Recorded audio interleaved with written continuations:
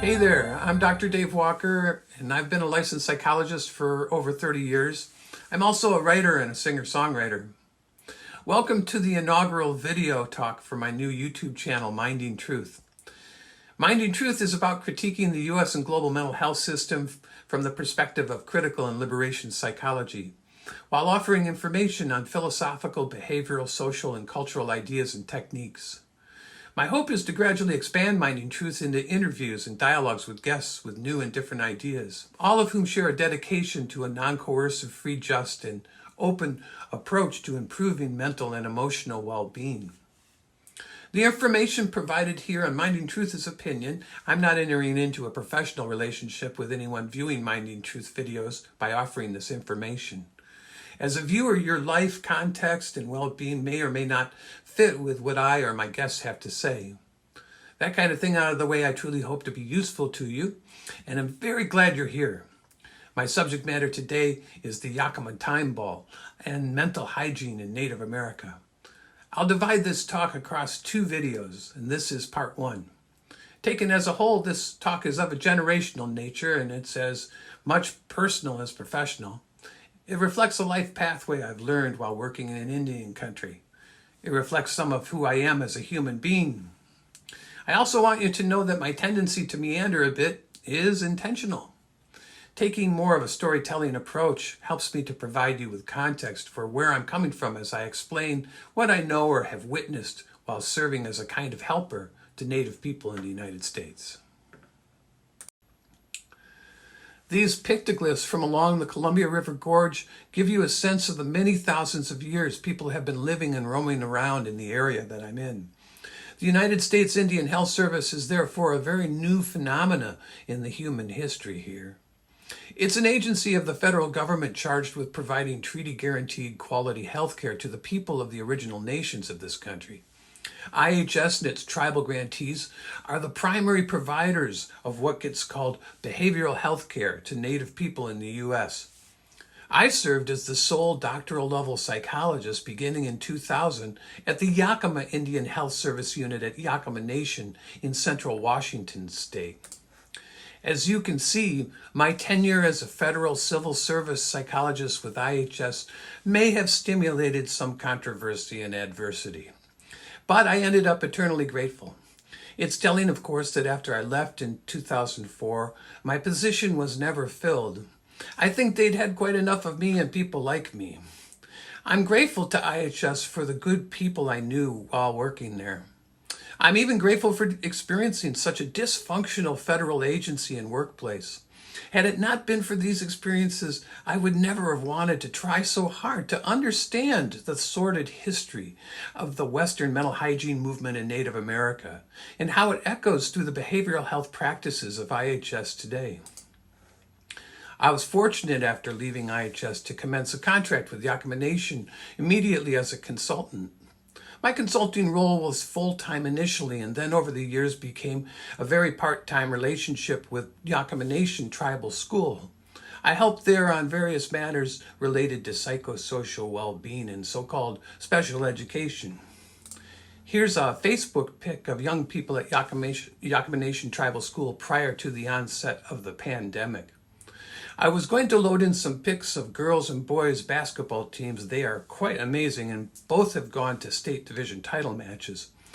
But I decided not to dazzle you with these athletes and instead just show you some of the incredible youth who come to us from all points from all over this very large reservation of 2,200 square miles. I'm speaking with you today from my home in Indianola, Washington, which is over 3 hours away from Yakama Nation. We live here with many people from different backgrounds among the Suquamish people. This land we call residential real estate was historically called ceded by white authorities. But not surprisingly, in reality, it too is stolen. Our particular home is on an old allotment that once belonged to the Carrier family. As a result of the Dawes Act of 1890, the greatest single rip-off of land in North American history, this property and many others like it became available for sale to outsiders about a century ago. Nonetheless, where we live is still considered part of the Port Madison Indian Reservation. This public dock is about a 15-minute walk south from our place. The lands of Coast Salish people often move quickly from shoreline to forest, and our home is surrounded by mixed cedar and deciduous trees and lots of birds. We're blessed with the tallest cedar in Indianola, and every year the osprey return to nest and raise their young in it. We know we live on the ancestral sacred land of the Suquamish people, and along with many of our non-Suquamish neighbors, we do all we can to support the native people here and honor this basic fact. Every August, we look forward to the canoe gathering from original nations as far north as Alaska, coming to shores only a few miles south of us. In this way, we bear witness to the thriving strength and survival of these cultures in the face of relentless oppressive pressure. Here is my good friend, someone I consider my older brother and an important mentor to me. His name is Longstanding Bear Chief, and if he were still with us, he would support me using his image for this talk. He was very supportive of challenging the effectiveness and relevance of the U.S. mental health system to Indian country. He strongly embraced the effectiveness of cultural practices and spiritual traditions to obtaining well-being and balance. Many people knew and were friends with this man. Longstanding Bear Chief was a pipe carrier for the Blackfoot Piikani people, an elder and cultural statesman, and quite a radical Indian. I was introduced to him by his then wife, Abenaki Jerry Buckley, another great friend, who passed away in July of 2020. Abenaki was a treasured professor of education at Heritage University, which is located at Yakama Nation. Longstanding Bear Chief first took me under his wing when I started getting in trouble at the Yakama Indian Health Service for questioning how things were done. We had many cups of coffee together, held counsel often, and shared many ideas before he returned to live in Browning, Montana. From there, we continued phone conversations. I last saw him when he visited us while traveling in 2010, just a few months before he walked on. He was a treasure of a friend to me, and I still feel his absence. He also invited me into the sweat lodge many times. Whenever I had questions for him, he was very open to teaching. I was taught to bring him tobacco as a gift for his pipe if there was something I wanted to know. This is a formal and traditional way of requesting to be taught by a Piikani elder, and I believe Bear Chief intended for me to learn from him in this way. He once told me a story of his uncle teaching him and his brother how to write their essays at the University of Montana using what he called the King's English as opposed to their typical way of speaking. When we were meeting up at Yakama Nation, he was writing a highly controversial monthly column on Indian issues for the Yakama Herald Republic. His views were quite provocative to those with racist sentiments who lived around the Yakama Valley. I didn't learn until after my good friend and brother walked on that Longstanding Bear Chief was the first director of Indian Studies at the University of Montana. He wrote numerous books, including Niksokua, which he taught me to say and which means all my relations. He gave me a copy of this book when we first met, back then in 2004 or so. He was also editing a nationally circulating magazine he'd founded called Spirit Talk, which had articles about native spiritual and cultural traditions. He was a brilliant journalist and entrepreneur and dedicated to the success of Native youth through education and restoration of their connection to their culture. It was Longstanding Bear Chief who taught me about the incredible value to human beings of the circle. Unfortunately, we can't all meet together in a circle when I'm doing a YouTube video. That's too bad because if we could do so, the circle would have the effect of equalizing us. It wouldn't be just me talking to you and you being talked at. We'd be able to look around and see each one of us and meet in a good way. When it was my turn to speak about my topic, I'd step out into the middle of the circle and turn around slowly as I spoke. And each person watching and listening would be able to see me from a slightly different vantage point, allowing them to understand me from that direction. This picture is from a large circle formed a couple of years ago in Minnesota by many mental health and holistic medicine providers alongside healers from Menominee, Dakota, Cherokee, and Aleutian traditions, offering numerous moving ceremonies and blessings. Our 2-day talking circle was called Revisioning Mental Health. This healing event was organized by social worker Laura Matz and led by writer, teacher, and healer Dina Metzger. It was specifically aimed at these providers on behalf of their own healing, as opposed to anything involving presenting or talking about intellectual ideas. Facing off with so many troubles and uncertainties in our own lives and the lives of people we serve, we gathered together to rediscover our own hearts. Many tears were shed as these dedicated human beings shared their predicaments and frustrations with creating change in the broken systems in which they work. I helped as a co-facilitator among 6 or 7 other people, and I also played a few songs. In the Western way, a person is taught to avoid the sense of themselves as in a circular relationship with the universe. They're taught to be preoccupied with time as a linear measure of one's life. They're governed by the clock. This way rules many of us right now as I introduce you to a different way of moving between different places in time. One about which Blackfoot teacher Wendy Running Crane says, quote, "Time is only a measurement. It is not a law. Time is also circular rather than linear, which means it always happens again and again." Long-standing bear chief would definitely approve. This is a talking stick I began making while vacationing at the Colville Nation many years ago. I am not a craftsman by any means, and I only finished this in time for the Revisioning Mental Health Circle in Minnesota. I dressed it up with a beaded belt buckle that was gifted to me, an osprey feather, and some beads from a necklace long-standing bear chief made for me. If you and I were meeting in person instead of doing this one way over YouTube, I'd hold this stick while I spoke and hand it to you if you wanted to ask a question or make a comment. In this way, whoever holds this stick holds our attention. It's a point of honor regarding your family and how you were raised, that you would always be aware of who is holding the stick and what they're saying. Here is another good friend, revered elder, and also my Kala, Lavina Wilkins. Her Indian name is Kasemwe. I have permission to use her image here for my talk. Her grandfather was Chief Saluskan of the Wanachapam Band, one of the confederated tribes and bands of the Yakama Nation. She serves as the manager of the Ichiskin Sinwit, which means how we speak, the Yakama Nation language program. Kala is in a Yakama informal affectionate talk for an adopted elder. By this I mean she is my adopted grandma. I call her Kala and she calls me the same. I hold Kala in great respect, Tamakni, and I feel blessed to have learned so much from her. She is one of the few remaining fluent Yakama speakers, and her life's mission is to teach her language to Yakama descendants who don't know it because their parents or grandparents were taught in the boarding schools and other places to be ashamed of this beautiful way of speaking.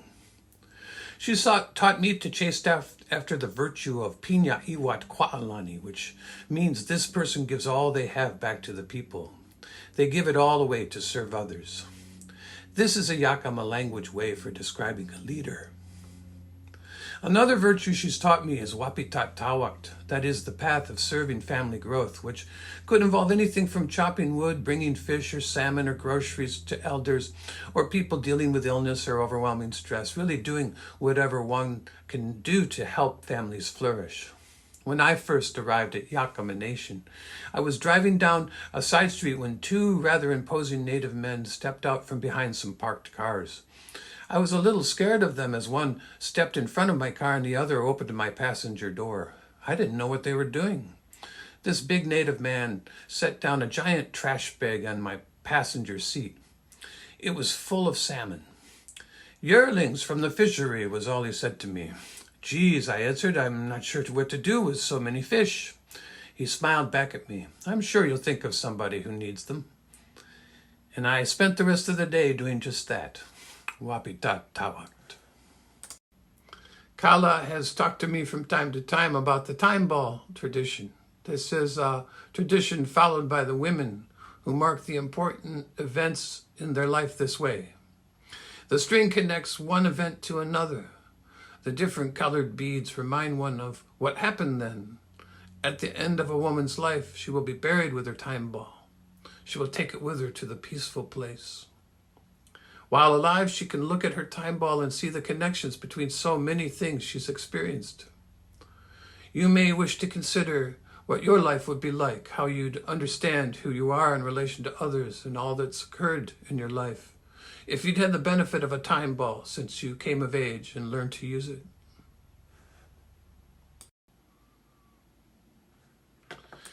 Niktawakt means good growth to maturity, but this is English shorthand because English speakers are always in a big hurry to express themselves, move things into categories, and then move on.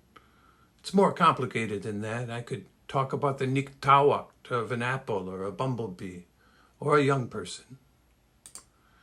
I followed Kala's lead in trying, along with 20 other people from numerous community programs, to create a culture-centered behavioral health program back in 2004 we called Niktawakt. We had the good help of this man, Oscar Olney, who was the lead tribal administrator at that time at Yakama Nation. Niktawakt envisioned a receiving home for Native youth who were homeless or couch surfing between relatives. We also had an idea for an outpatient program and a rehab program to help youth affected by pre- or postnatal alcohol or meth exposure. We were able to get the receiving home launched, but we ran out of money after about 9 months. We helped about 10 kids, but an agency that was a community partner kind of dropped the ball. This was hard because we'd obtained a unanimous resolution of support from Yakama Nation Tribal Council. Our program was highly centered around Ishkistan Sinwit, the Yakama language, which Kala was teaching to the kids.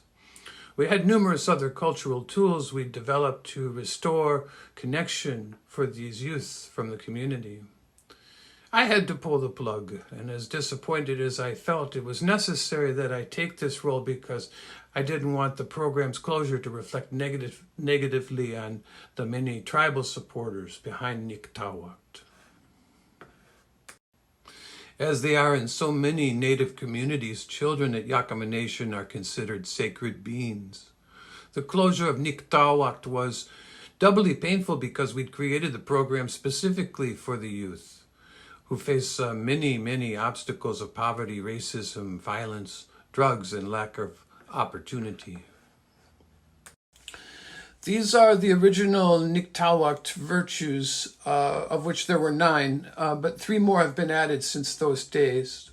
We have Kuyatimta, Tipnaknik, Itmaksha, Yaitchunal, Pinya Tamakni, Ata Pakwani, Pinya Iwat Kwaalani, and Wapitatawakt.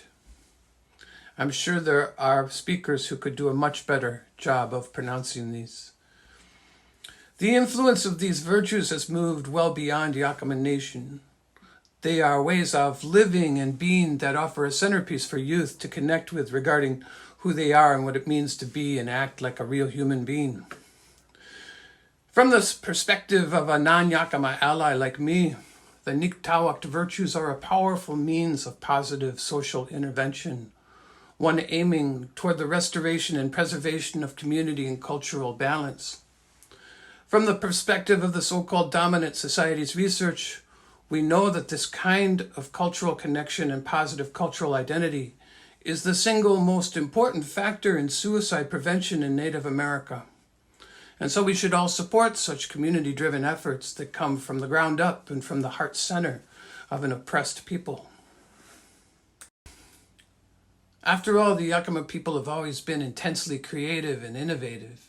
Just look at their incredible beadwork and basket-making art and regalia. I'll also single out Black Lodge, one of many talented traditional drum groups that can be heard at local powwows and other events. Black Lodge have won multiple Grammys. So when I've witnessed the enormous potential of the sacred children of Yakama Nation getting cut off and incarcerated by the social conditions they face, as is seen in this drawing with a big pen on plain stock paper by a Native youth imprisoned as an accessory to a drive-by shooting, well, I wonder about the terrible failures and brokenness of the U.S. mental health system in being able to serve chronically oppressed and marginalized people who are our fellow citizens. Before we can begin to unwind the time ball of the U.S. mental health system in Native America, as I currently understand it, I want to clarify that this story comes through me and is not of me. I feel I was brought into it. I know that all sounds a bit mystical and mysterious, but I'm not pretending or imitating something I heard somewhere. I'm telling you what I believe. In the Blackfoot way, I've been taught I'm making a mark, and it's an effort to organize a kind of chaos I've witnessed and experienced. The story I'm telling is the mark I'm making. The story really begins with my own connection to Native America. This is not a story about romanticized ancestors, but of real people, white and Native, who married together and made babies. There are many places for us to enter into that story, but perhaps the best approach prior to talking about Native ancestors would be to acknowledge that I am the direct descendant of Captain Richard Walker, who was one of the leading officers in the Pequot Massacre of 1637, when 1,000 or more Pequot women or children were shot dead or burned alive by colonialist Puritan soldiers. When I turn to Native ancestors, my great-great-aunt Sarah Barlow is the only picture I have of her generation. She's the sister of my second-generation grandfather, Matthew Barlow. He was the son of Elizabeth Gibson, my third-generation grandmother, who walked the Trail of Tears with her white husband, Alfred Hurton Barlow, from Murfreesboro, Tennessee. This is my grandmother, Donna Smouse Barlow. Her half-brothers were also Smouses, but they took back the Barlow name from their mother because great-grandpa Smouse had an alcohol problem and abandoned the family. This is me at age 7 or 8 in a handmade Cherokee Togs fringe jacket from Pryor, Oklahoma. Grandma and Grandpa Walker retired on a postman's pension to North Carolina, so this wasn't a very expensive gift to send to me for my 7th birthday. Grandma Donna wanted me to always be aware of and proud of the Missouri Cherokee heritage in our family. She would often take me and my sisters to Oconaluftee Village at Eastern Band Cherokee in Cherokee, North Carolina, when we were children and came to visit her. So I grew up with this understanding that we had this Cherokee heritage, and it often connected me in various ways to Native causes as a folk artist, a singer-songwriter, and psychologist. Dreamcatchers was a nonprofit initiative by Detroit musicians in the 1990s through which we held fundraisers and released CDs to sell and raise money for Native causes, including the American Indian tribal colleges and the Bay Mills Chippewa community in Sault Ste. Marie. And this is a more recent picture to reflect how this connection has never really changed. When I first came to Yakama Nation, I was really self-conscious about saying anything about my heritage. After all, I don't look anything Indian. I'm white as a ghost. Also, the blue-eyed white guy with Cherokee heritage is a big stereotype in these times of massive identity politics. So I kept all this about my family hidden away because I didn't want to be considered a wannabe from the Wisham tribe.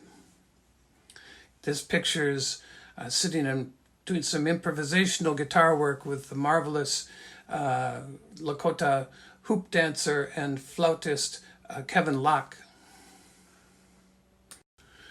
My long-standing bear chief and my kala were both very encouraging to me and didn't mince words in wanting me to face down my reluctance in learning the story of and being able to talk about the story of my mixed ancestors. So I can say now that Grandma Donna was actually born in a log cabin on Hog Creek between Choctaw and Indian Meridian Road in Stella, in the state that was going to be named after the famous Cherokee Sequoia before it became Oklahoma. But when she was born there, this area of the United States was still called Indian Territory. And so as we begin to talk about the history of the U.S. mental health system in Native America and unwind the time ball in order to understand the significant events therein, we have to consider first the kinds of intermarriages between Native people and white people, mostly among the Cherokees, just like occurred in my own family history. You see, the Cherokees are an eastern tribe and were therefore among the first original peoples of this land to meet the arriving Europeans. There was actually peaceable trade at first for about 50, 60 years, but then several wars ensued as the new European invaders began to encroach upon land. The Cherokee sought to keep peace with them as they made their treaties by intermarrying with their men. The Cherokee people practiced matrilineal descent, and women elders were the heads of traditional clans. They had control over who used the land and in what way. I explain this because Native cultures are probably universal in not having a concept of land ownership as European culture had. So Cherokee women granted the rights to use certain lands, and they'd generally support the marrying off of their daughters, which might be either arranged or via a romance, to white men who would be gifted land. You can see how many poorer white European men who may have come from the backgrounds where primogeniture was practiced, where the oldest son gets all the property, well, these second and third born sons might really like to get fixed up with a Cherokee bride. And these couples and their families would be purposely settled on the outermost periphery of the community as a kind of buffer. They learned to speak Cherokee and also be diplomats to the white people coming to trade. So there were 7 matrilineal clans in Cherokee, and in this way of peacekeeping by intermarrying and giving land rights to white intermarried men taking hold over decades, some big problems arose. The practice of African slavery came along with some of these men, and the traditional people didn't like it. They also didn't like how quickly these white men became powerful in governing the Cherokee people. And it's this intermarried white leadership that we want to keep an eye on as we unravel our time ball about the mental health system in Indian country. Systems of matrilineal clan council and decentralized village governance were quickly being dismantled in favor of creating a national government of the Cherokee people. And this is where I believe we see the first importing of the European idea of the lunatic coming into Native America in 1826, where a Cherokee person considered to be insane or a lunatic in the Western sense would not be held responsible for a crime if they were considered to be, quote-unquote, lucid. If you think about this hard, you'll feel the breakdown of a culture here, because a person would never be viewed in this way in Cherokee tradition. Instead, they'd be seen as having a spiritual experience or affliction or a visionary experience. But this is all being displaced by this merger of cultures happening in the early 19th century and brought about for the sake of sustaining peace, at least from the Cherokee perspective. And there were white people who respected the old ways that they encountered, like John Ross, who became principal chief of the Cherokee people before and during the Trail of Tears. And he was 7/8 Scottish, but very loyal to his mother's Bird clan, and he sponsored the Cherokee Nation legislation to protect matrilineal clan control of land rights and use. He also fought in the U.S. Supreme Court against the removal of Cherokee people from their homelands in Georgia, North Carolina, and Tennessee, at least as they're now called. But John Ross lost in the Supreme Court, and it's a matter of historical record that during Nuna Daul Tsunui, the trail where they cried and where thousands of Cherokee people perished, several Western doctors proposed that the culturally nested concept of insanity did not apply to or exist among Indian people. In fact, old Isaac Ray, the iconic psychiatrist who helped found what would become the American Psychiatric Association, wrote a couple of decades later that it would be the quote-unquote deteriorating influences of civilization, unquote, that would make Native people less resistant to becoming insane. And in this, I have to admit, I think he was absolutely correct. There were multiple routes to the Trail of Tears removal of Cherokee people from their homelands in 1837 and 1838. This is a map of the northern route, which passed just a few miles north of my ancestors' land, upon which they may have been squatting in Murfreesboro, Tennessee. About 4,000 Cherokee men, women, and children came through, mostly on foot, having been driven off their lands by federal troops sent in by President Andrew Jackson. These troops continued driving out Cherokee people from the Tennessee hills, and I presume my intermarried ancestors were among them because they had very small children at that time. Many would die of exposure or starvation before they made it to their destination in Indian country.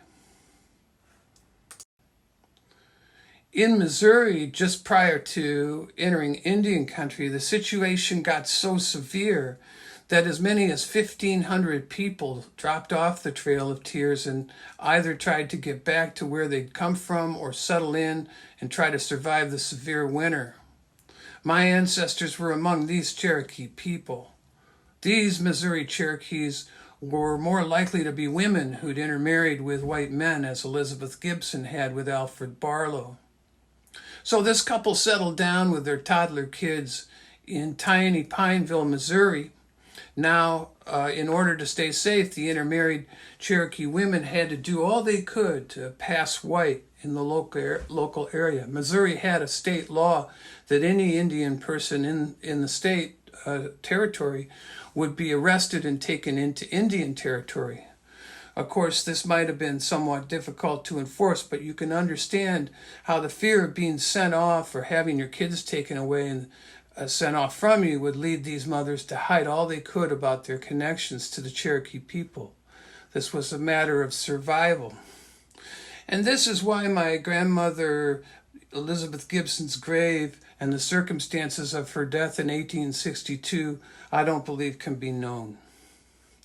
But you see on this map the adjacency of this place called Cowskin Prairie. And this is where Principal Chief John Ross and two charismatic Baptist preachers met up with several thousand Cherokee traditionalist men in the late 1850s. And these Baptist preachers, John Jones and his son Evan, helped these Cherokee traditionalist men understand that the use of slavery by their intermarried mixed blood brethren was the start of all their troubles, and that they had a great duty to embrace their traditions and also fight to abolish slavery. So the Cherokee Nation, unfortunately, officially sided with the South during the Civil War, but a minority of Cherokee traditionalists joined the Union and fought for the North. And the results were absolutely disastrous. Indian Territory and southern Missouri were among the bloodiest in what's still considered the nation's bloodiest war, with a death toll higher than all U.S. wars combined through the war in Vietnam at least. So it was under these circumstances of the Civil War and Reconstruction that there were so many children orphaned and people left destitute and traumatized in the area that the Cherokee Asylum was opened in 1870. And in 1882, two quote-unquote substantial wooden cages, unquote, were constructed and placed in the asylum, quote, in the northeast cell room for the safekeeping of the more unruly and unmanageable inmates at such times as it became necessary to restrain them from harm, unquote. These cages in which inmates were confined for unknown durations were likely the first documented use of psychiatric restraint in Native America. They were forerunners to the quiet rooms I've encountered in inpatient psychiatric facilities I've worked in, places where I've seen out-of-control patients forcibly shackled into 4-point restraints and injected with haloperidol and other substances. Cherokee Asylum Superintendent at that time, James Adair, also created a list to distinguish inmates he considered competent from those he deemed incompetent. His method for tabulating the distinction was whether or not the patient was able to be trusted with any funds which might be placed within his care through any means, unquote. Now, James Adair's invention of psychiatric competency evaluations became another first in Indian country, and they presaged the competency commissions of the Burke Act 30 years later, which would determine an Indian's capacity to make decisions regarding her or his own land allotment, including whether to farm or sell it. Evaluation of Native competency continues into the present time, as when shortly after I came to work at Yakama Nation, I declined to be a part of an examination undertaken by the Bureau of Indian Affairs personnel of an elder who was refusing to allow a cell tower to be built on his land allotment. Hey, despite all I've said about the pioneering of coercive psychiatric practices therein, the Cherokee Asylum was likely much more humane than what was to come. Having become run down, Cherokee Asylum came under federal control in 1898, and its facilities were turned over to the state of Oklahoma in 1903. By then, the Western Cherokee Nation had lost its bid to retain matrilineal common title to Cherokee lands, and the Cherokees were forced to fully submit to the individual allotment system brought by the Dawes Act, a primary legislative mechanism for the massive thievery of over 90 million acres of native land between 1890 and 1934. Through the Cherokee Asylum, however, the U.S. mental hygiene movement had obtained its first foothold in Native America. As federal control took hold of its buildings, new construction began to get underway in Canton, South Dakota on the Hiawatha Asylum for Insane Indians. Apparently, the deteriorating influences of civilization envisioned by Isaac Ray had begun to take hold of Native people. But is this really the case? In reality, Hiawatha Asylum for Insane Indians was an American political gulag. Before we learn more, we can pause and consider the birth of today's mental health system in Native America out of circumstances of oppression, marginalization, and the newfound power and influence of intermarried Euro-Americans on Cherokee culture. For more, please head to the next video, the Yakama Time Ball and Mental Hygiene in Native America, Part 2.